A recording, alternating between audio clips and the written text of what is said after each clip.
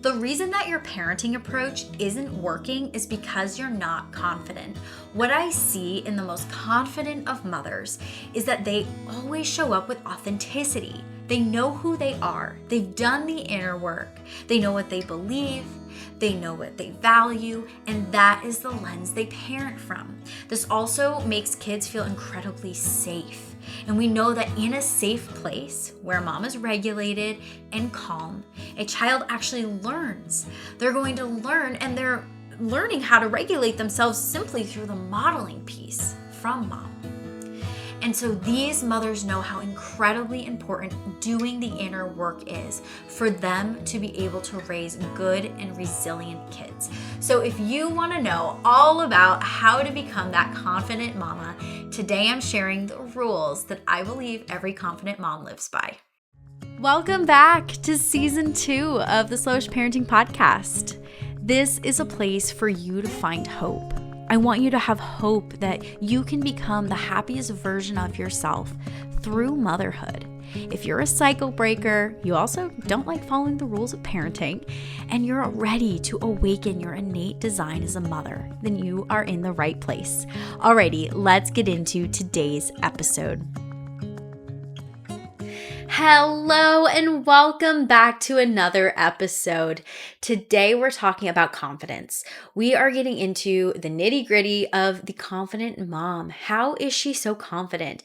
And these, so to speak, rules that she follows. A lot of what I'm sharing today is not only from my personal journey, but it's what I've seen in my practice.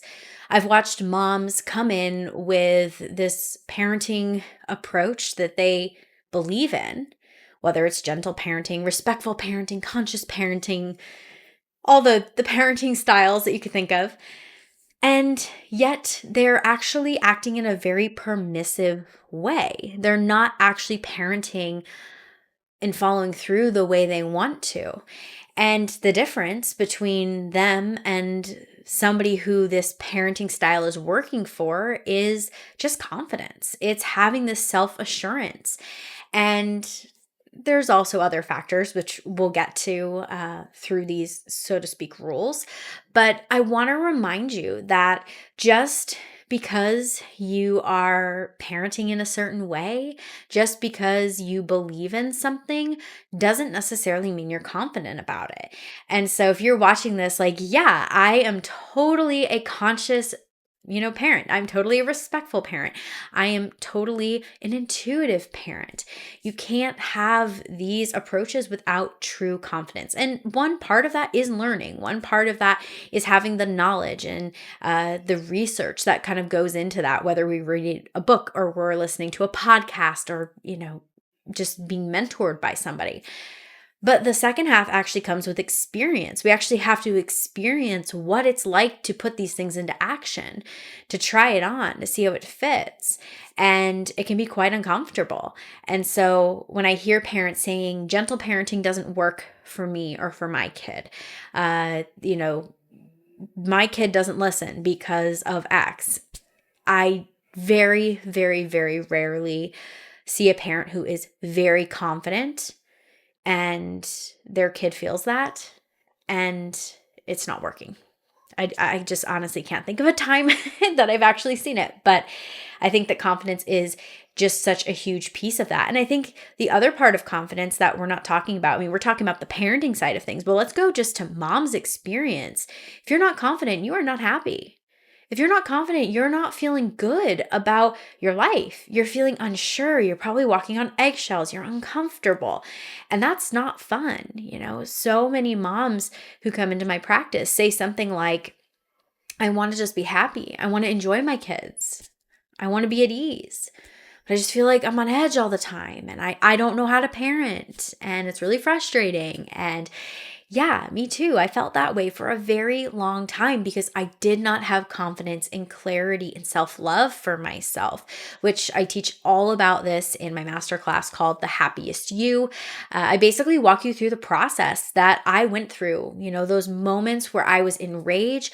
I thought I was gentle parenting. I thought I was doing things okay or well, but I was dreading every day of motherhood. I was dreading my life. And I knew that I didn't want to live that way anymore. And so I turned my entire life around. I went to parent coaching school, and that was the tipping point for me.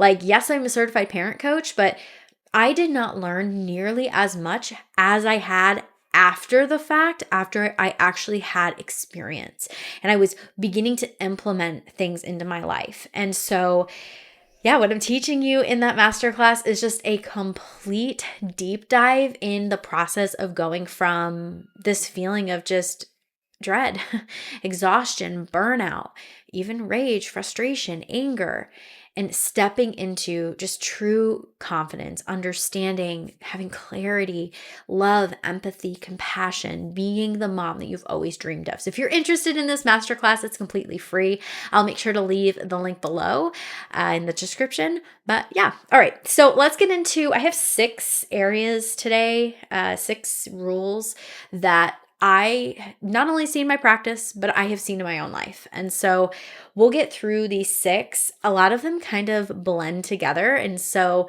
you'll see me kind of talking about them and going back and moving forward through things. But I think it's going to be super helpful for you to see just what a mom is doing differently. Sometimes we can only see our own point of view, you know? And sometimes we need to kind of zoom out and actually get the whole big picture so we can show up for our kids in a way that they feel that we are confident. They feel that we're safe. So the first rule that I believe confident moms have is modeling is way more important than correcting. And so the focus of a confident mother is being able to model how to be in any situation. So whether you're feeling mad, angry, sad, frustrated, worried, anxious, even happy, even the good emotions, so to speak. How do I model that to my child? And this can look so incredibly practical. I mean, even at very young ages, it's about communicating, which we'll talk about in a minute, but it's about communicating our world and showing to them, how do I do this? How do I implement this? And giving them a blueprint without saying a word. And so a very real example is recently I found out I was pregnant with baby number 3, which was so incredibly exciting. And shortly after, I would say, I don't know, maybe 3-4 weeks after I'd found out, I started to experience worry. I was beginning to worry, like, what if baby doesn't make it? And here we told the kids and we told all our friends and family, and everybody's so excited. And I'm so excited. I already love this little being, and I don't want this, like, I don't want anything to happen. We love our children. Doesn't matter if they're 2 weeks old or, they're earthside and they're, 50 years old. We love our children and we don't want anything to happen to them ever. And so I found myself feeling really worried. And so it was probably a couple days after I had realized that I hadn't communicated this to my kids, and I was noticing that my body was shifting. I was noticing that my behaviors, my reactions were shifting. So I actually sat down with my girls at breakfast one day and I said, hey, Mama's been a little short. I've been getting a little frustrated with you girls, and I want to let you know that I've just been worried. It has nothing to do with you guys. I've just been really worried about something. Of course, they start asking, oh, what were you worried about? And I didn't expound all too much just because of their ages, but I think that communicating this gives our child the understanding for what they're feeling, even though it's not being said. So we could not say anything. We could not tell our child that we're worried, and they would still be sensing it, but they'd have no words or context for it. So I think that context is huge. And so we look at modeling. We could talk about modeling in that way. We could talk about modeling in just like, how do we go about life? What do we do when the lady cuts us off in the car? What do we do when they forgot our order and we're running late? What do we do when we're feeling really frustrated with our spouse, somebody that we really love? How do we make amends with somebody? How do we apologize? Like, all of these things are learned through just doing life. And so my focus now is more on myself and less on my kids. Like, yes, I parent, I correct, I teach several times a day, but I'm focused more on my own self because I know how powerful that is for my kids. I know that watching me is giving them more tools and more resources to use when they're experiencing something similar in life, which is going to lead me to number 2, which is focusing on relationship versus the behavior. with every parenting strategy out there, or almost every parenting strategy out there, we are focusing on the behavior. We're zeroing in on what our child is or isn't doing.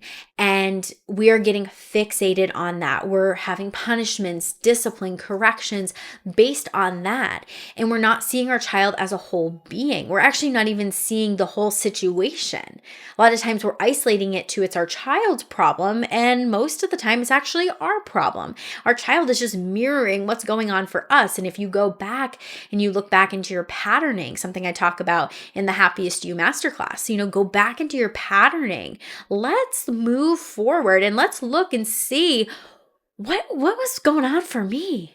Like, what was going on in my internal world and what was my child doing and expressing? And if I was angry, my child was expressing unknown anger for sure.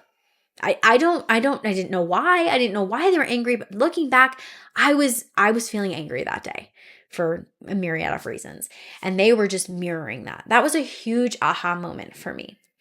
But in the book, Hold On to Your Kids by Gordon Neufeld and Gabor Mate, if you've been around here, you know I love this book because it transformed the way I saw attachment. Now, granted, I read and I studied attachment when I was in school, but this book gave me a complete different perspective. I am so sorry about that. My kids needed a movie change. For those of you who are new here and don't know, my kids watch a movie while I'm recording, and I just don't have a village right now of people who can do this for me, watch the kids. And so, yeah, you're seeing me being mom and doing what I love. And so I'm trying to make it all work. So anyway, what I was saying was just about attachment. And one of the pieces of, I can't remember which chapter it was in, but Gordon Neufeld talks about how a parent is not just given the right to parent their child. Just because you are their mother or their father does not give you that right. You actually have to earn it through trust, safety, and attachment. And attachment is a need, by the way. Our children need that. And so I believe that if we're not confident in how we're showing up, our child senses that.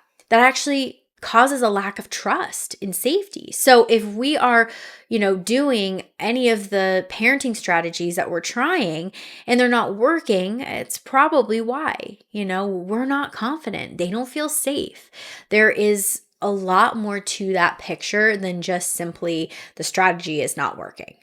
This is why people can see success and sometimes even short success because the child is trusting the parent.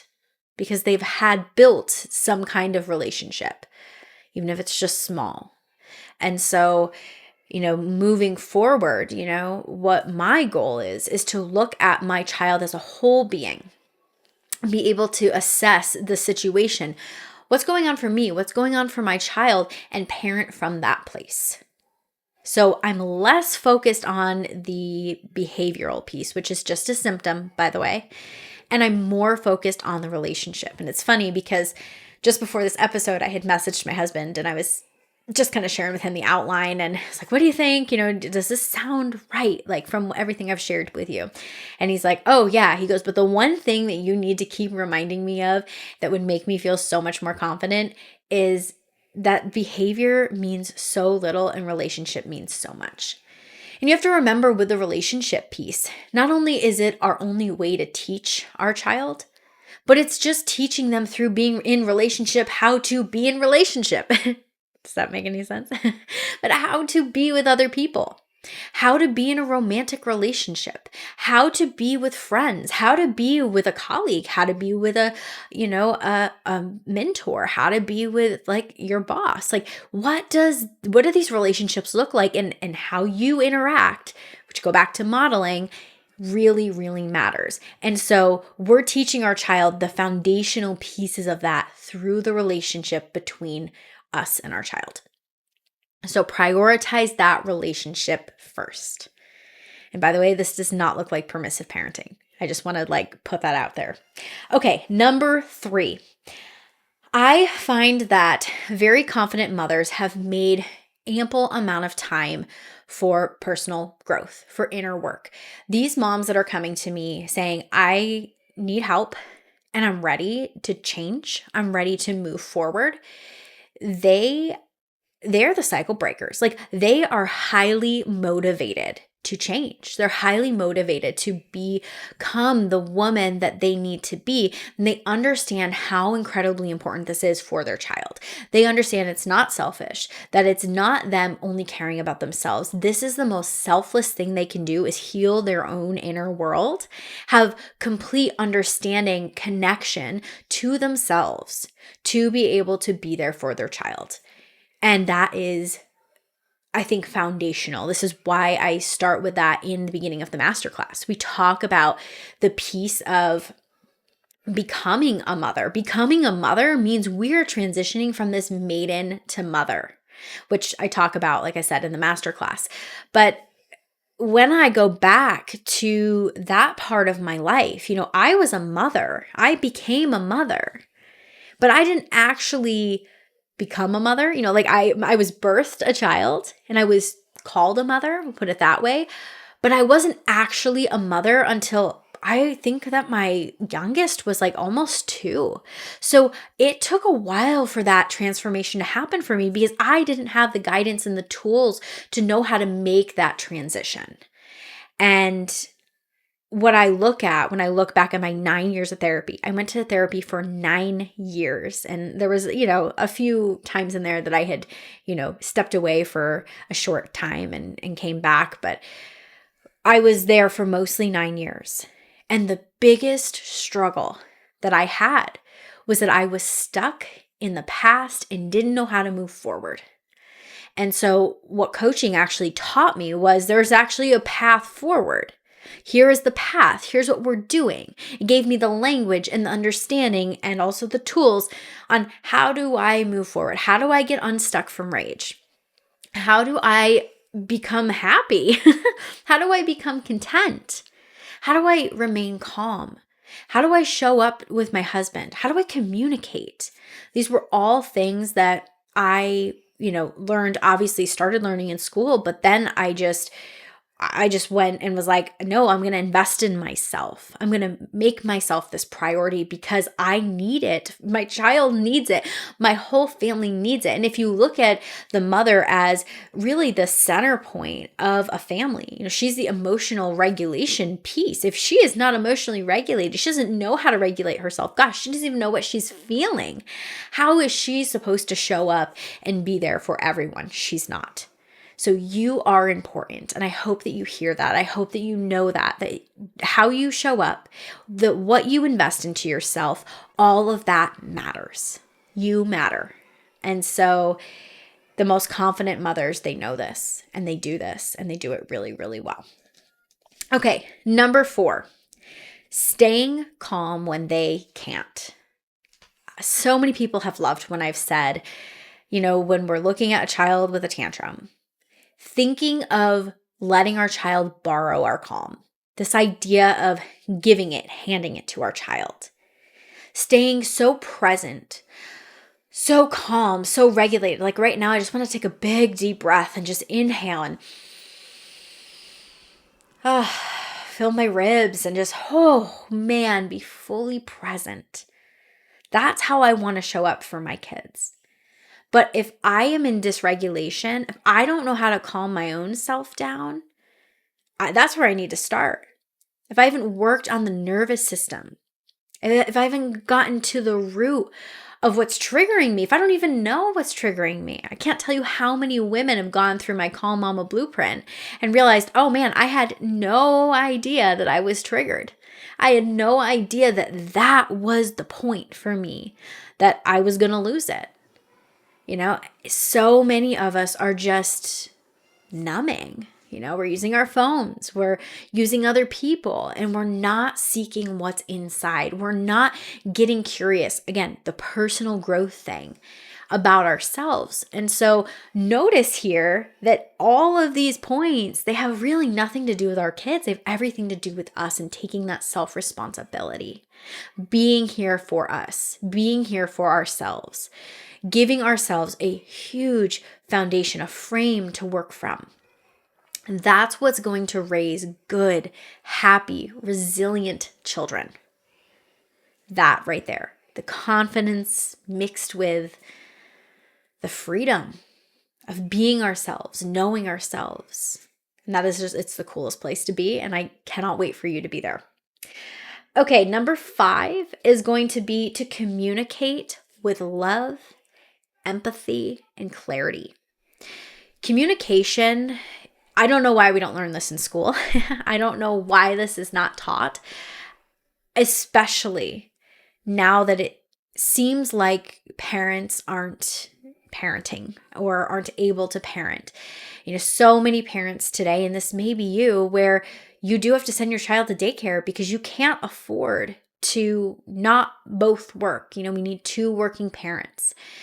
And for so many of us, that means we're relying on a system to teach our child to communicate. And then the teachers, which I hear because we have family that are teachers, they are frustrated with the parents for not teaching the child to communicate. But the child has not been in the presence of their parent long enough to be able to learn from them, to model, right? Go back to number 1, to model this, to have relationship, which is number 2, where they can learn through relationship. How do I communicate with somebody? How do I tell somebody what's going on in my inner world? These are just foundational pieces. I love the nonviolent communication framework. It began my study in school, and I deep dived into all of Marshall Rosenberg's work. I love the YouTube channel Cup of Empathy. I feel like she has so many practical things that are so helpful and useful. But learning to see other people through a lens of feelings and needs will drastically change how you communicate. And so my focus with my kids is, am I effectively communicating with them and with other people? Because again, we go back to the modeling piece. How I'm talking to other people really matters. But also how I'm talking to my child. Are they feeling judged? Are they feeling rejected? Are they feeling confused? Are they feeling understood? Are they feeling empathy? These things matter. And so learning how to communicate is a huge piece of being a very confident parent. If you're confident, you have no fears on how you're going to communicate and how your child's going to perceive that or receive that. You know how they're going to receive that because you know your child. You're attuned to them, as Daniel Siegel says. You are attuned to your child, and so you see them as a whole being. You know them. So learn communication. I love nonviolent communication. There's several other resources out there that I'm sure you can look into. But for me, the nonviolent communication piece has been life-changing. It's given me the words that I never knew that I needed. And I think that this needs to be taught to every single parent, teacher, child. I think it needs to just be like a very basic thing that everybody knows and learns, because I think we'd be a much happier world if we could all learn how to communicate in this way. Okay, the very last rule is that moms who are confident use failures to model repair. So a mom who's confident, their goal is not to be perfect. And I used to be a type A perfectionist, so believe me when I say I understand you. I get it. You want to show up and you want to show your child that I'm perfect, right? Maybe your mom modeled that or tried to model that to you.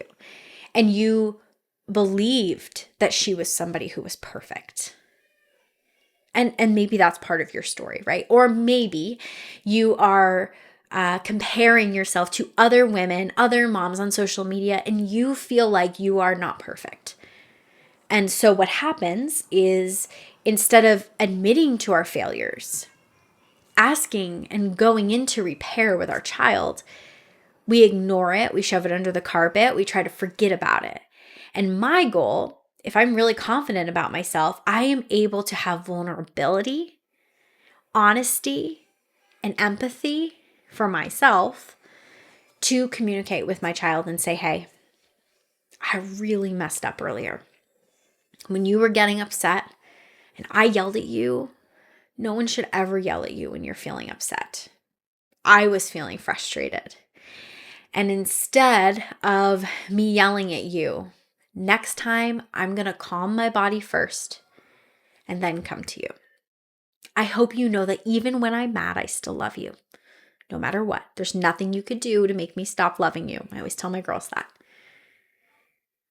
And then going into a process of forgiveness. This doesn't mean your child has to forgive you. It doesn't mean they have to give you a hug right then. But it's giving them the opportunity, the openness to be able to enter into repair. And they are learning, go back to modeling, they are learning, I'm sorry through that. I hate when I go to the park and I have parents forcing their child to say sorry to my kids. And I'm like, no, it's okay. They can apologize when they're ready. They can also say they're sorry in any way they want to. If that's just a handshake, if that's a hug, if it's a verbal, I'm sorry, that's totally fine. A child does not need to be forced. Force is never teaching them anything. So let's take self-responsibility. If you learn anything from today, take self-responsibility. And know that when you're doing that, you are just pouring into your child's cup. You are giving them so much rich nutrients to just build their foundation off of. I love in Mona Delahook's book, Brain Body Parenting, she talks about this platform. Our child needs a platform to bounce off of. But if the platform is kind of wiggly wobbly, they're really gonna struggle in life. But if it's a nice, firm, steady platform, they're gonna learn and grow and develop appropriately, and that is what we want. You don't have to show up perfectly to do that, and neither does your child. But what you can do is complete the circle, as my therapist always used to say, with an act of repair every single time. So I hope that this episode was helpful. I hope that it gave you insight and understanding and also encouraged you to become this confident version of yourself, because it's in there. You have it. I know you do. Every single mom I've worked with has it. It's there. We just have to uncover it. And there's some weeds and some dirt and some dust that has to kind of be cleaned off. But once we get there, we can figure it out together. And so if you're ready to dive into this, I want to encourage you to download the Masterclass, The Happiest You. Start there. It's completely free. And see how you feel. Start taking those things and implementing them. Become the mother that your child so desperately needs. And stop focusing on how everybody else is doing things. Is this parent strategy working? Stop focusing on the behaviors and start focusing on what actually matters.